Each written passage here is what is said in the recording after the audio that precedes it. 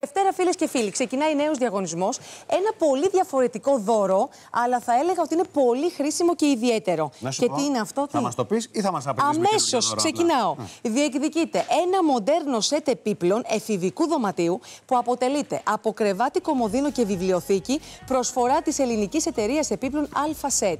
Η Alpha Set, μέλος του ομίλου Alpha Wood Group, της μεγαλύτερης ελληνικής βιομηχανίας στον χώρο του ξύλου για περισσότερα από 42 χρόνια, σχεδιάζει, παράγει και προμηθεύει με πρώτες ύλες κορυφαίους Έλληνες και ξένους παραγωγούς επίπλων. Όλα τα έπιπλα της Alpha Set είναι ελληνικής κατασκευής με πιστοποιημένα υλικά και απόλυτα εργονομικό σχεδιασμό.